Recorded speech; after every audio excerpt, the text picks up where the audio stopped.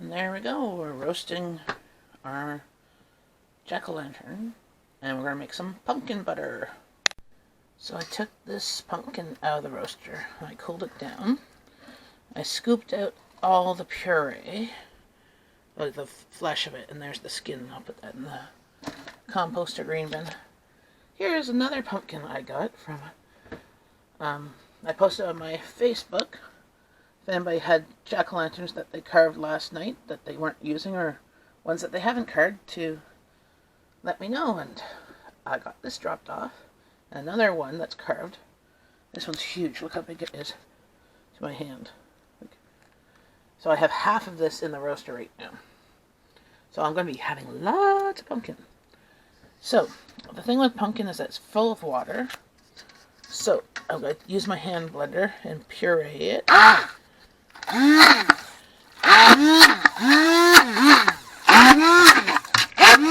If some skin is in there, that's fine. You just want most of the skin out. And then I'm going to be draining.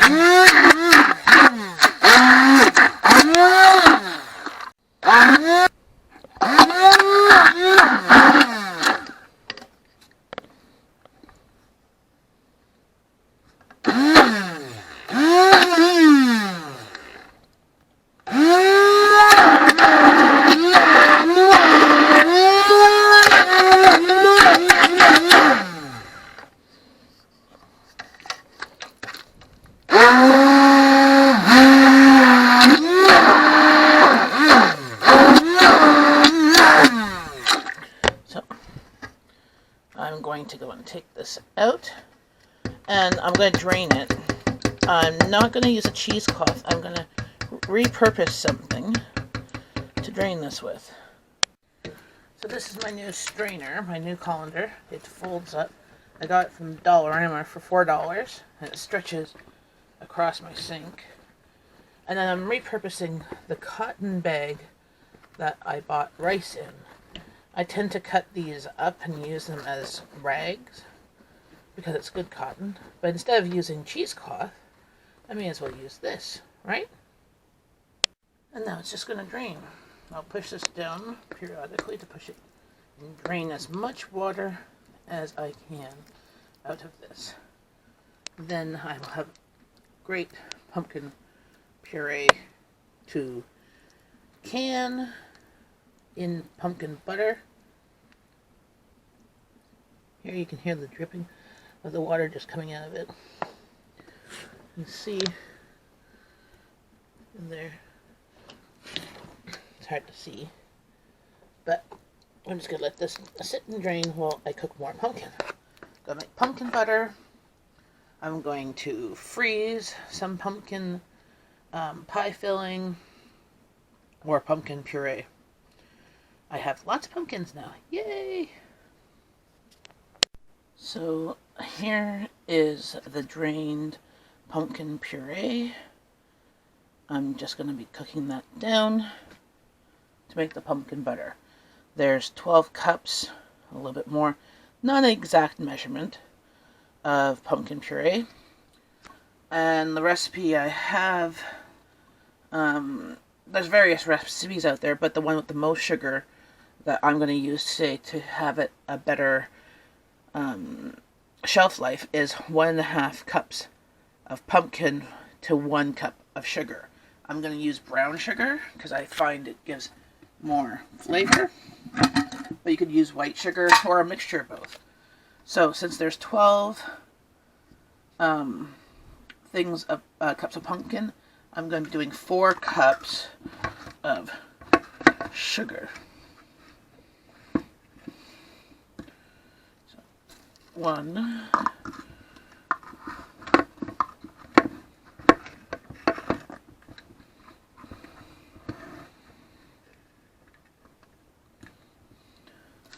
2,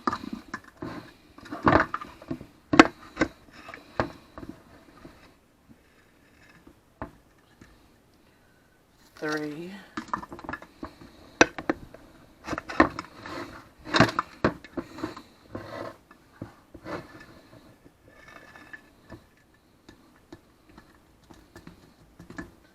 3.5, not a full one. 4. I'm going to turn this on low so I can cook this down. Now I'm going to be doing my spices. So in total there is 1 teaspoon of cinnamon, half a teaspoon of ginger, half a teaspoon of cloves, half a teaspoon of nutmeg, and half a teaspoon of allspice. The allspice one, depending on the recipe, it's in there per 1.5 cups of pumpkin puree and 1 cup of sugar. So since I did it about 4 times, I will need 4 teaspoons of cinnamon and 2 teaspoons of the other spices. I might not use exactly 2 teaspoons. I will do it by taste. I will at least, I don't mind too much cinnamon, but the other spices. Or you could just use, I think 2 teaspoons, 2.5 teaspoons, no, 1, 2, 3, 4, 3 teaspoons of pumpkin spice. Then you don't have to measure all the other spices together. Because there was 4 other spices, so 1 teaspoon, twice as much cinnamon as the other spices. So that is what I'm going to do here. I'm going to just do 3 of it versus 4. This is a half teaspoon mark, so I'm going to do 3 teaspoons instead of 4. That way I will leave 1 teaspoon left at the end. There's 3 teaspoons of the cinnamon. This is nutmeg, so that's 1.5 teaspoons of nutmeg.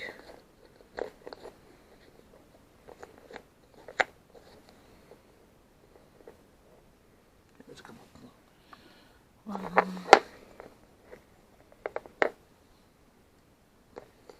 And 1 more half. That's going to be a half of a half. It's hard to put the measuring spoons in the jar. So that's 1.5 of nutmeg, allowing still half of a teaspoon for later on. Because you can't take away the spices. You can add more, but you can't take away. And then this is ginger. So this is the spicier of the spices. So it's 1.5 teaspoons of this as well.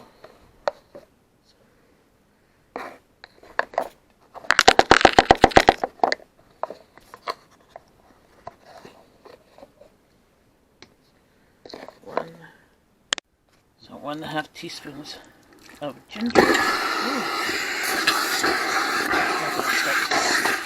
Geyser steam. Gotta turn it down. You don't want it sticking or burning at the bottom.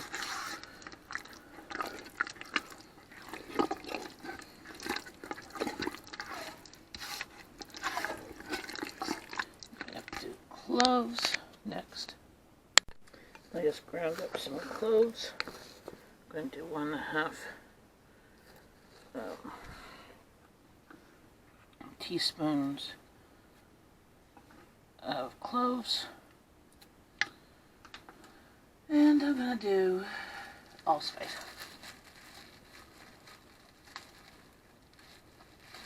I'll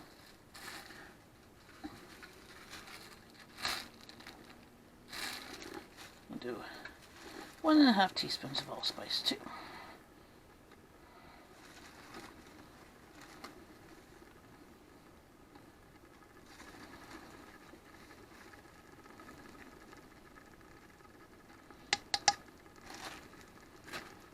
So just to recap, this is 12 cups of pumpkin puree drained, and 4 cups of brown sugar. And then I did 3 teaspoons of cinnamon, 1.5 teaspoons of ginger, 1.5 teaspoons of cloves, 1.5 teaspoons of allspice, and 1.5 teaspoons of nutmeg. If at the end I find that it needs some more spices, then I will add more. Probably more cinnamon, because I don't think you can have too much cinnamon, in my opinion, but other people's opinion is different. I'm just going to try this.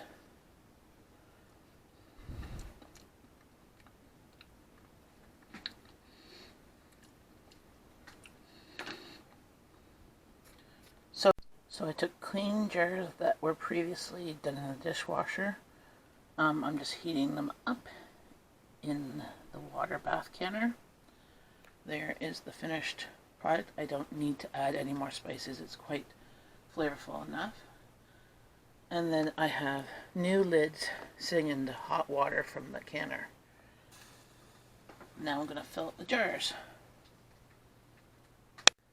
So here's the jar with a funnel.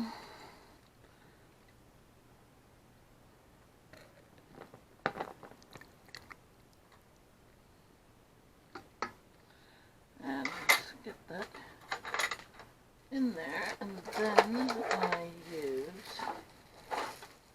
I tend to use either a plastic or wooden chopstick to get all the air bubbles out. Let's fill too much in around. I'll get that.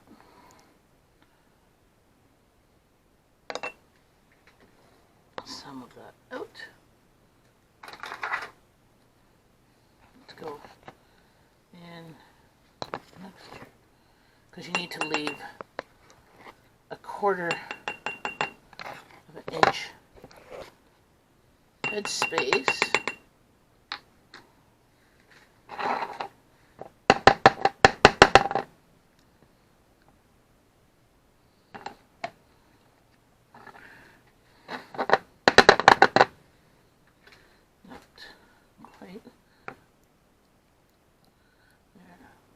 Actually, it's about 1/4 inch. Make sure you get all the air bucket bubbles out. Then you take a wet paper towel and wipe the rims.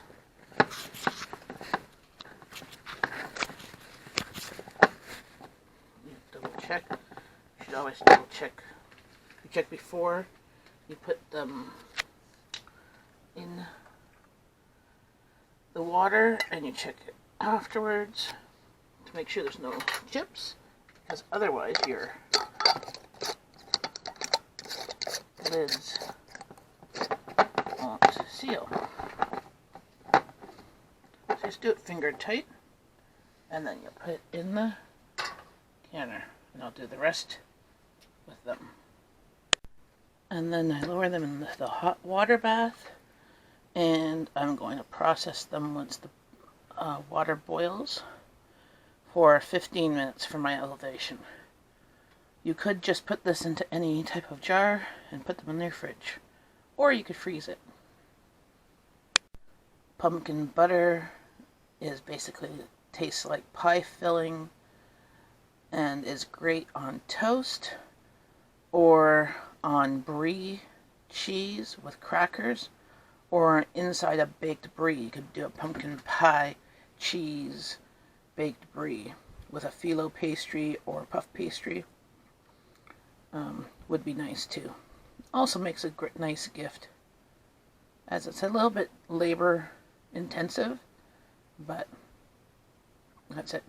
Once we take them out of the water bath, we will let them sit for 24 hours, and then once they have been sitting for 24 hours, we will take the rings off and leave the lids on and put them in dry, cold storage that's dark.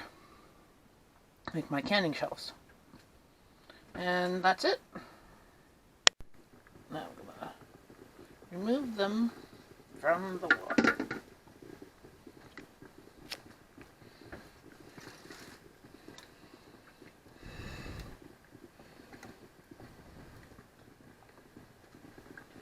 And you always put them on a towel, not directly on your counter, so that the jars do not crack and break. It's called thermal shock.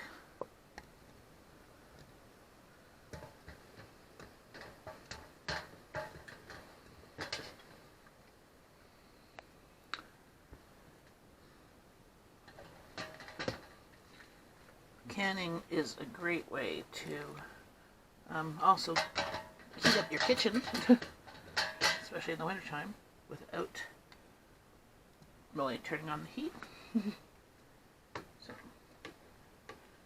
there we go. Let's see if any pop, because they're not popped yet.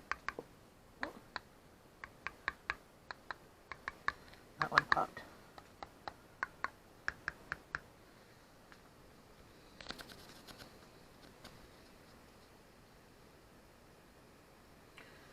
And then I just let them sit here for 24 hours, take off the rings, and write on the lids, and put them on the shelf. And that's it. Doesn't that look beautiful?